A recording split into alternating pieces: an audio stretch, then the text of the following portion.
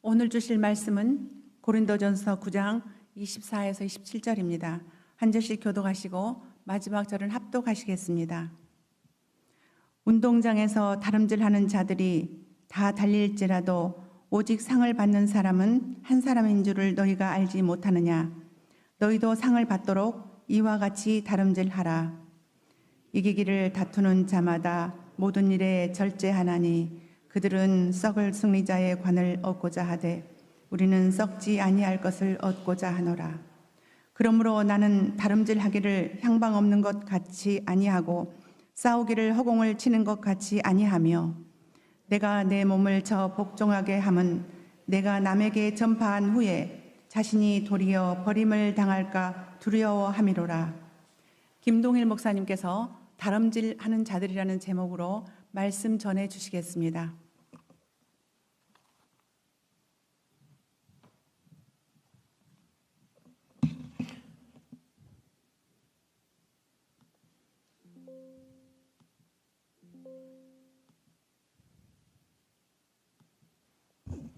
기도하겠습니다. 하나님, 우리가 예배당에 나와서 예배하는 저희들과 또 이미 한마당 축제를 위해서 현장에서 예배하는 우리 성도님들, 주님의 은혜 속에 동일한 넘치는 하나님의 사랑과 은혜를 맛보는 저희가 되게 하옵소서. 이 시간에 하나님의 말씀이 우리의 잠자는 심령을 깨우게 하시고 우리의 나약해진 그러한 우리의 자세를 다시 한번 고쳐 세울 수 있는 그러한 하나님의 말씀이 되게 하옵소서. 종을 붙드시고 오직 그 말씀을 증거하기에 부족함이 없도록 오직 성령의 은혜로 채워주시옵소서. 예수님의 이름으로 기도합니다. 아멘. 고대 그리스에서 가장 유명한 운동 경기는 올림피아드 경기입니다. 4년마다 열렸죠. 하지만은 그 헬라 시대에 있어서 운동 경기는 그 올림피아드 제전에서 열리는 올림피아 경기뿐만 아니라 이즈미안 경기라고 하는 것이 2년마다 열렸고요. 그리고 피티안 경기, 그리고 델포이라고 하는 곳에 네미안이라고 하는 곳에 네미안 게임스라고 하는 그러한 그 경기들이 있었어요. 그래서 그것이 고대 헬라 세계의 4대 운동 경기입니다. 우리는 이제 고대 올림픽만 잘 알고 있지만 그 중에서 이즈미안 게임은 특별히 이제 고린도 지역에 저기 이제 고린도 지역 지도를 여러분들이 보시죠.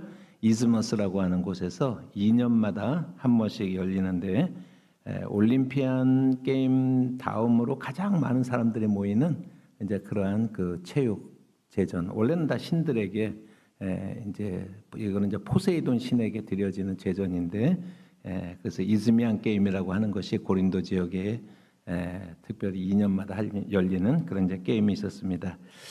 올림픽 게임이라고 그냥 하죠. 올림픽 게임에서는 이제 월계수로 만든 그러한 그 승자의 그런 관이 이제 머리에 씌워졌지만 특별히 이 이즈미안 게임에서는 종려나무 가지로 만든 이제 그러한 그 관이 승자의 머리에 씌워졌었습니다. 바울이 2차 전도 여행을 한 것이 이제 49년부터 52년 정도, 3년 정도의 그런 시간이기 때문에 그 중에서 이제 고린도에서 아마 1년 반 정도, 18개월 정도 고린도에서 사역을 하면서 이제 바울이 그 이즈미안 게임을 이제 직접 뭐 보았거나 아니면 그냥 거기서 경험을 했거나 여러 가지로 이제 그 이즈미안 게임에 대해서 참관할 수 있는 그런 기회가 있었을 것입니다. 그래서 오늘 읽은 본문의 말씀을 보면 그 이즈미안 게임을 배경으로 해서 오늘 이 말씀이 주어지고 있는 그러한 말씀입니다. 고린도전서 9장 24절의 말씀을 우리가 같이 한번 읽어볼까요? 운동장에서 다름질하는 자들이 다 달릴지라도 오직 상을 받는 사람은 한 사람인 줄 너희가 알지 못하느냐? 너희도 상을 받도록 이와 같이 다름질하라 말씀합니다. 바울은 그리스도의 삶이라는 것이 무엇이냐? 바로 그 너희들이 2년마다 경험하고 있는 또 올림픽 경기와 같은 것에서 경험하고 있는 그러한 운동장에서 다름질하는 선수와도 같다라고 이렇게 이제 이즈미아 게임을 비유로 해서 설명을 하고 있습니다. 상을 받기 위해서 달리기에 참가한 선수들은 결승점을 향하여서 전심전력으로 달려가게 되어 있습니다. 고린도 교회 성도들은 하늘에서 부르신 그 부르심의 상을 위해서 이렇게 힘껏 달려가는 그러한 삶을 사는 것이 성도의, 하나님을 믿는 사람들의 마땅한 삶의 자세다라고 이렇게 권면하고 있는 것입니다. 지금 이 말씀 속에서. 그런데 25절에 바울의 설명을 보면 운동선수들과 그리스도인들의 공통점이 있고 차이점이 있다라고 하는 것을요 말을 하고 있습니다. 우리 한번 25절 말씀 한번 읽어볼까요? 이기기를 다투는 자마다 모든 일에 절제하나니 그들은 썩을 승리자의 관을 얻고자 하되 우리는 썩지 아니할 것을 얻고자 하노라. 그리스도인들과 운동선수들의 공통점은 무엇입니까? 절제라고 하는 거예요. 절제라고 하는 거죠. 선수가 경기에 나가기 위해서, 또 경기에 나갈 만한 그런 몸을 만들기 위해서, 또 경기에 이기는 것을 목표로 한다면 어떻게 해야겠습니까? 절제가 기본이죠. 절제가 기본입니다. 절제하는 이유는 무엇입니까? 경기에서 승리라고 하는 그런 중요한 삶의 목표가 있기 때문에 절제할 수가 있는 것입니다. 그래서 모든 일에 절제하면서 오직 연습을 하고 또 자기를 혹독하게 단련시키는 그러한 혹독한 훈련의 시간들을 마다하지 않습니다. 올림픽 경기에 나가기 위해서, 선수가 되기 위해서는 제우스 신전에 가서요 앞으로 10개월 동안 이 혹독한 그런 모든 육체적 훈련의 과정을 잘 견디겠습니다라고 하는 서원을 하고 나서야 그렇게 올림피아드 경기에 나갈 수가 있는 거예요.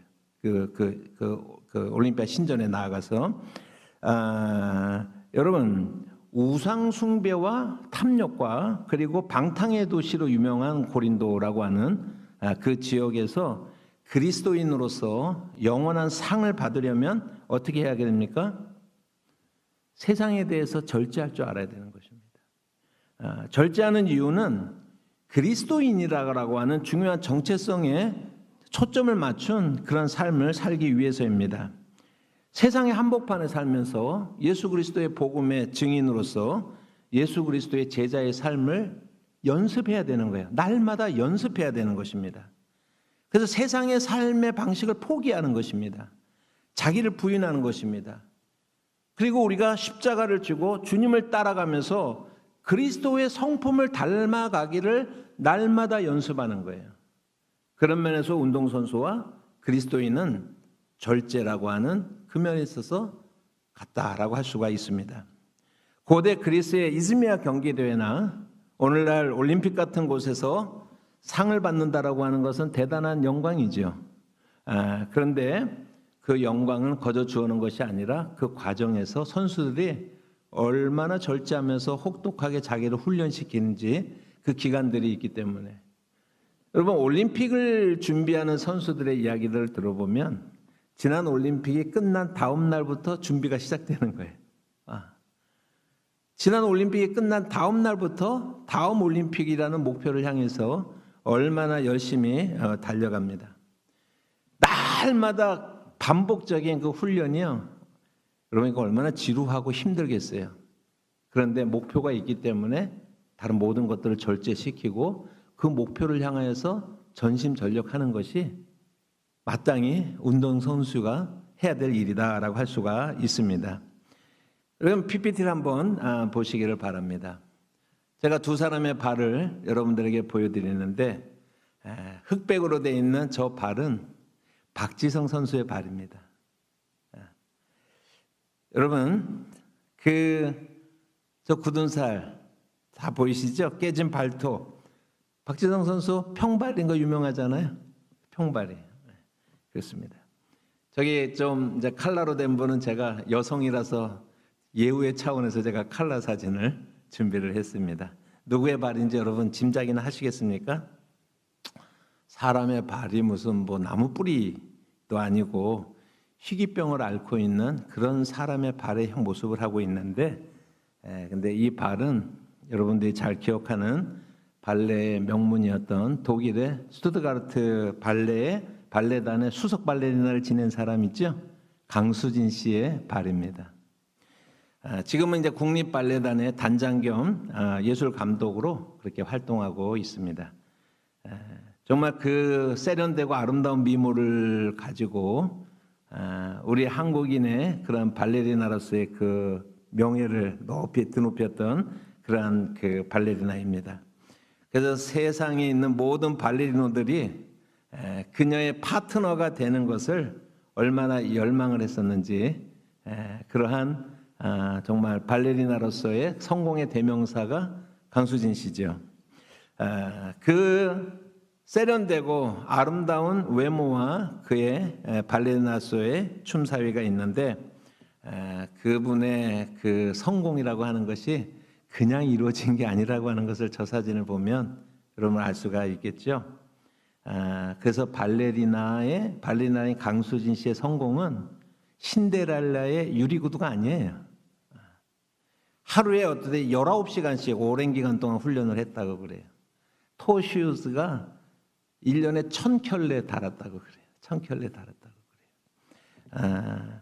그래서 곱고 깨끗했을 그러한 한 여성의 발이 목표가 있기 때문에 저런 모양을 하기까지 어떤 수고와 어떤 노력을 했을까라고 하는 것을 우리가 생각을 하게 됩니다. 지금 바울은요, 왜 이스미안 경기에 나가는 운동선수들 감이 잘 안 잡히잖아요, 우리는요.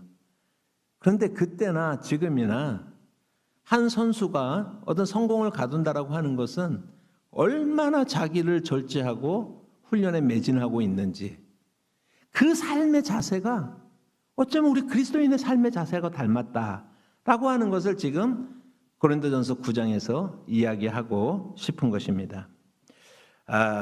사람들은 흔히 재능이라고 하는 것을 얘기를 합니다. 그런데 제가 생각하기에 재능이라고 하는 것은 열정의 다른 이름이다라고 하는 것입니다. 재능 썩힌 사람 얼마나 많습니까? 재능의 다른 이름은 열정이라고 하는 거예요. 무슨 일을 할 때 자기를 절제하고 열정적으로 하다 보면 이제 그 사람이 어느덧 성공의 그러한 그 대열에 서게 되는 것을 우리가 보게 됩니다. 그러면 사람들은 쉽게 이렇게 이야기하죠. 저 사람은 재능이 뛰어나서 그래 라고 쉽게 이야기를 하죠. 과연 그럴까요? 그 혹독한 훈련의 과정, 자기를 극복하는 과정, 남들이 자는 시간에 1시간이라도 더 연습하고 덜 먹고 덜 즐기고 철저하게 자기 자신과의 싸움에서 이긴 결과다라고 하는 것입니다. 오늘 우리가 박지성 씨의 발이나 우리 강수진 씨의 발을 들여다보면서 제 발도 한번 쳐다봤어요. 어저께도 제 발도 쳐다봤어요. 너는 무엇을 하고 있느냐?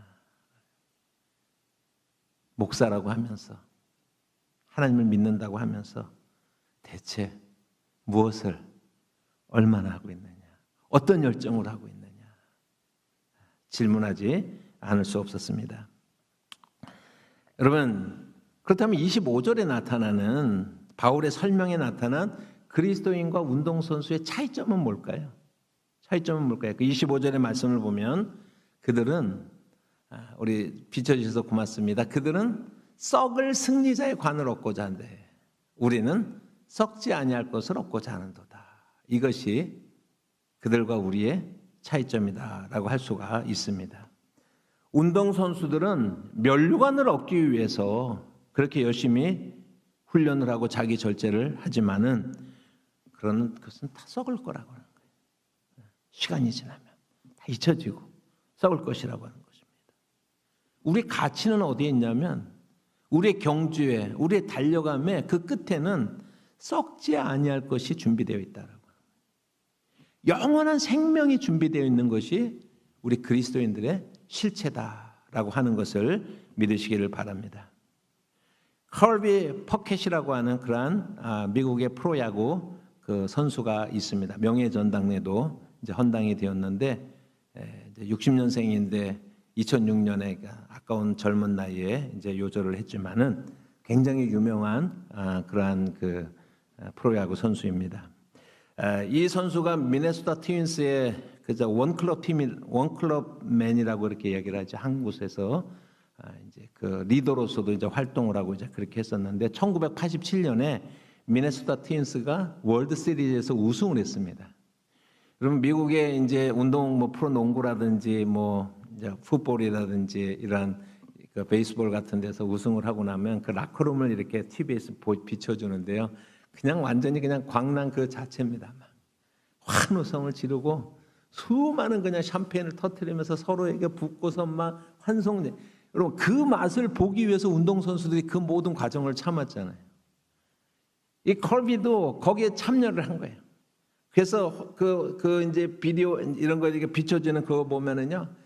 그 이제 거기에 클럽하우스 리더니까는 얼마나 막 그냥 기뻐하고 즐거워하면서 막 그냥 환상을 막 소리를 지르면서 막 한 10분 동안 이렇게 했는데 한 10분 동안 하고 나서 갑자기 컬비가 사람들하고 분리돼서 혼자서 따로 이렇게 앉아 있는 거예요. 굉장히 명랑하고 쾌활한 그런 리더였기 때문에 어떤 사람이 다른 동료 선수가 컬비에게 왜 무슨 일 있어? 왜 이렇게 있어? 우리 우승했잖아. 이렇게 얘기를 했습니다. 그랬더니 그 컬비가 이렇게 말을 했습니다. 이게 전부라면 너무나 허무해라고 하는 거예요. 이게 전부라면 너무나 허무해. 월드 시리즈 우승의 기쁨이 10분이었다는 거예요. 썩어질 것이기 때문에, 잊혀질 것이기 때문에. 여러분 세상 뭐 떠들썩하게 자랑하면서 뭔가를 이룬 것 같지만은 여러분 다 허무한 것이고 다 썩어질 것이고 다 잊혀질 것에 불과하다라고 하는 거예요. 그러면서 지금 바울이 고린도 교회 성도들에게 말하고자 하는 것은 이런 것입니다. 썩어버린 면류관을 얻기 위해서 그 10분간의 기쁨을 위해서 그들도 그토록 자신을 절제하면서 이기기를 자기를 다스리기를 힘쓰는데 하물며 영원히 썩지 아니할 것을 추구하는 우리 그리스도인들이 하나님을 믿는 사람들이 우리는 이 세상에서 어떤 자세로 이 세상을 대하고 어떤 자세로 이 세상에서 살아갈 것인가 라고 하는 것을 지금 바울이 고린도 교회를 향해서 묻고 있다라고 하는 것입니다. 우리가 잘 아는 것처럼 우리가 믿는 것처럼 이 세상에 우리는 전부인 사람들이 아닙니다. 여러분 마치 어머니의 뱃속에서 10개월이 그 사람의 한 100년의 삶을 결정하는 것처럼 여러분 이 땅에서 우리의 삶이라고 하는 것이 영원의 삶을 우리가 결정짓는다라고 생각을 할 때 거기에 비춰보면요 우리가 얼마나 나태하고 나이보하고 정말 그냥 세월의 흐름을 따라서 그냥 우리가 살아가고 있지 않는지 특별히 이러한 시절이 되면은 우리가 한번 우리의 삶의 자리도 점검해보고 또 우리가 무엇을 어떻게 우리가 하나님을 향하여서 나아갈 것인가. 이것은 우리가 뭐 나이가 들어서 능력이 떨어진다 그런 문제가 아니잖아요. 우리의 삶의 초점이 아무도 보지 않을 때 우리의 마음속에 있는 열망은 무엇인가?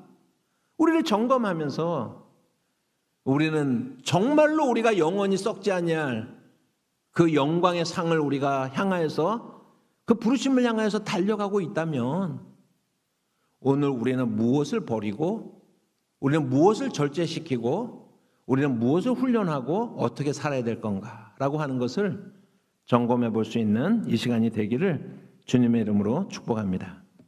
고린도전서 9장 26절의 말씀을 보시면 그러므로 나는 다름질하기를 향방 없는 것 같지 아니하고 싸우기를 허공을 치는 것 같지 아니하며 라고 이렇게 말합니다.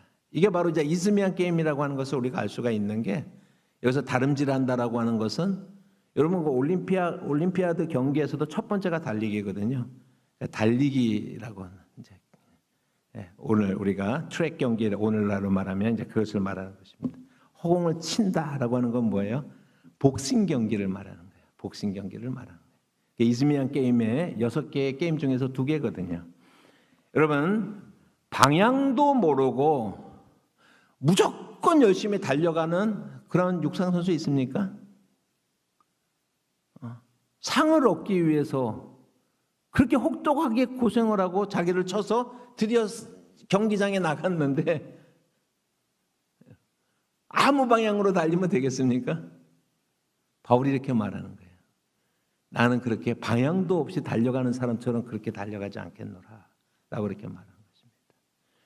권투 선수라고 하면 정확한 타겟을 향해서, 저는 권투를 전혀 보지 않습니다만, 전두환 대통령이 등장하고 나서 스포츠 3S 이렇게 하면서 그때 칼라로 바뀌었죠, 그죠? 칼라로 바뀌었을 때 그 전까지도 저도 굉장히 권투를 좋아했었는데 칼라로 딱 바뀌고 나서 권투 경기를 한번 딱 보는데요, 우와, 푹 하니까는요 코피가 푹 터지는 거예요. 그래서 제가 그때 이제 젊은 그 크리스찬으로서 제가요, 야, 저거는 우리가 봐서는 안 되는 경기구나. 그래가지고 40년 동안 안 보고 있어요, 제가요. 권투 경기, UFC 이런 거요. 그런 거 안 봅니다, 제가요. 야, 이 그때 깜짝 놀랐어요, 그때. 이제 그 충격이 지금도 있는데. 어쨌든, 그러나 이제 여기서 말하는 게 이제 권투 경기를 말하고 있습니다.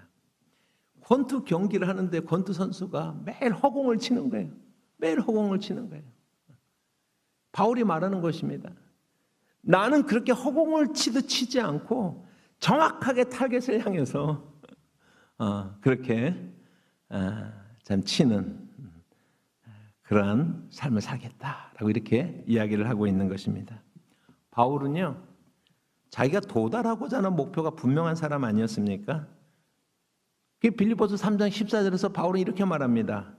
그리스도라고 하는 나는 표대를 향하여서 달려가는 삶이다 라고 얘기하는 거예요. 나는 방향이 있어요. 목표가 있어요. 나는 표대를 향하여서, 그 표대를 향하여서 달려가는 삶이다 라고 하는 뚜렷한 삶의 방향이 있었다라고 하는 것입니다.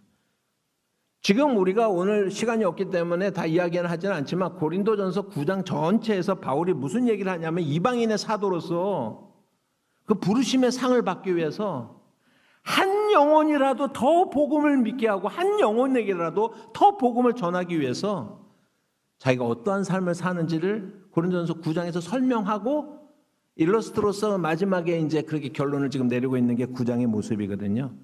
그 9장에 보면 베드로가 이렇게 말합니다. 바울이 이렇게 말합니다. 나도 베드로처럼 아내를 데리고 다닐 권리가 있다. 나도 다른 사도들처럼 정말 일하지 않고 교인들의 교회에 재정적인 후원을 얻어서 생활하면서 오직 복음을 위해서 사는 그거에만 전념할 권리가 나에게도 있다라고 이렇게 말합니다. 하지만 이방인의 사도로서 부름을 받은 그러한 사도로서 복음이 가려지지 않도록 하기 위해서 나는 그 권리를 쓰지 않는다라고 얘기하는 거예요. 이게 바울이 왜 자비량 선교를 했는지, 이게 역사적 배경을 제가 다시 한번 언젠가 기회가 되면 자세하게 한번 설명을 드릴게요. 이게 무슨 말을 의미하는지, 왜 바울이 자비량 선교했는지, 이거 우리가 잘 좀 이해를 해야 되는 부분입니다. 그렇게 고백하는 거예요. 19절에서 바울이 이렇게 말합니다. 한 영혼을, 한 사람을 더 얻기 위해서라면 내가 오늘 기꺼이 그들의 종이 되기를 원한다라고 이렇게 말을 했어요. 한 영혼을 더 얻을 수 있다면, 이방인 한 사람을 더 구원시킬 수가 있다면 유대인들에게는 유대인처럼, 이방인들에게는 이방인처럼, 약한 자들 속에서는 약한 자로서 내가 능히 그렇게 살 자세가 되어 있다. 이런 이야기들을 쭉 하고 지금 있는 것입니다. 사랑하는 성도 여러분, 바울이 말하는 것처럼 우리의 목표도 상 받기를 향해서 달려가는 저와 여러분이 되시기를 주님의 이름으로 축복합니다. 여러분, 그렇다면 오늘 우리가 이 땅에서 최선을 다해서 살아가고 달려가는 것이 우선 우리가 할 일이에요. 상 받기를 원하는 자마다 달려가는 것입니다. 여러분, 그것을 무엇으로 의미합니까? 이 땅에서의 적어도 자기 절제가 필요한 거예요. 내가 다 할 수가 있지만 다 하지 않는 거예요. 왜냐하면 그리스도 때문에. 내가 모든 것을 할 수 있지만 그리스도 때문에 내가 하지 않을 수 있는, 그리고 그 하지 않은 그 절제의 그 여력을 가지고 그리스도를 위해서, 이 땅의 한 영혼을 위해서, 한 사람이라도 더 예수 그리스도를 만나는 그 일을 위해서 그 여력을 기꺼이 사용하겠다라고 하는 결단을 하는 거예요. 부르심을 향해서 달려가겠다라고 하는 결단은 이러한 실천을 요구하고 있다라고 하는 것입니다. 그래서 이 땅의 것들에 대한 절제와 자기 관리를 하고 여러분 자신을 통제할 수 있는 그러한 저와 여러분 되시기를 바랍니다. 그게 이제 마지막으로 고린도 전서 9장 27절에서 말씀하고 있는 것입니다. 같이 한번 읽어볼까요? 내가 내 몸을 쳐서 복종하게 함은 내가 남에게 전파한 후에 자신이 도리어 버림을 당할까 두려움이로다 말씀하고 있습니다. 우리 아까 조금 아까 뭐라고 그랬어요? 허공을 자꾸 친다고 그랬잖아요. 근데 바울이 뭐라고 얘기했냐면요, 나는 허공을 치지 않고 내 몸을 친다라고 얘기하고 있는 거예요 지금요. 바울이요. 연결을 시켜서 보면은요, 여러분 바울의 지금 타겟이 자기 육체예요. 고린도라고 하는 지역은요, 아까도 말씀드린 것처럼요, 엄청나게 음란하고 엄청나게 향락적이고 그런 도시로, 그런 도시국가로 유명한 곳입니다. 그래서 고린도스럽다라고 하는 말이 있어요. 고린도스럽다라고 하는 말이 있을 정도로 그러한 곳에서 바울이 지금 18개월 동안 복음을 전하고 있거든요. 여러분, 거기서 필요한 것이 무엇입니까?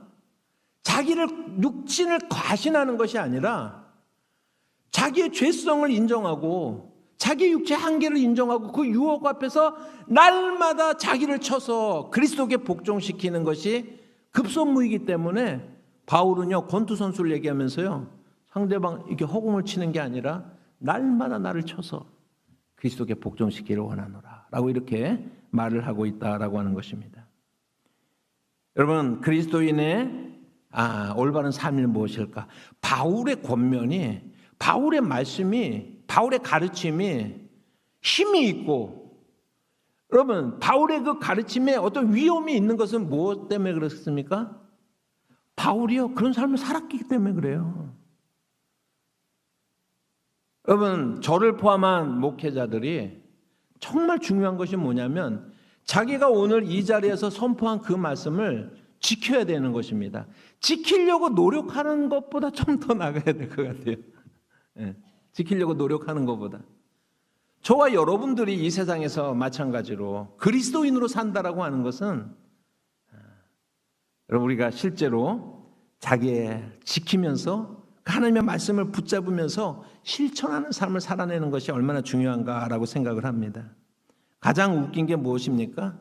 예를 들어가지고 복음을 전하는 목회자들이 설교를 하는데요, 자기의 영혼은 죽어가면서요, 깨어나라고 막 그렇게 해가지고 예수님 똑바로 믿겠냐고 이런 사람들이 제일 우스워요. 그럼 뭐라 그러는 거죠? 니나? 뭐 그런 겁니다. 여러분, 바울의 힘은 실천에서부터 나오는 거예요. 바울의 가르침의 권위가 있는 것은 그의 미사여구와 그의 글실력과 그의 그런 것들에서 나오는 것이 아니라 그대로 살아내는 것에서부터 나오는 것이다라고 하는 거예요. 여러분, 자기가 먼저 그들에게 복음을 전했는데 그리고 나서 내가 도리어 버림을 당할까 두려워하노라라고 하는 말들이 이거 뭘 의미하겠어요? 모든 목회자들이 여기 와서는요, 좋은 말 하잖아요. 여러분, 좋은 말 하는데 자기가 전해놓고서 자기가 버림받는다라고 하는 것은요, 그 사람의 그것을 실천하지 않으면은요, 여러분 자기가 버림받는 거와 마찬가지다라고 하는 거예요. 그러한 영적인 긴장감이 필요한 거예요. 근데 이것은 꼭 목회자뿐만 아니라 우리가 세상을 향해서 부르심을 받은 사람들이라고 한다면 여러분, 이러한 영적인 긴장감이 우리에게 필요한 거예요. 이것을 가지고 조직신학적으로 그러면 구원받았다가 버림을 받을 수가 있단 말이냐, 우리가 이것을 이야기하고자 하는 것이 아니라 항상 바울이 경계를 늦추지 않고 스스로를 절제시키면서 자기를 쳐서 그리스도께 복종시키면서 자기를 향해서 경계를 하는 거예요. 이것이 바울의 힘이다라고 할 수가 있다라고 하는 것입니다.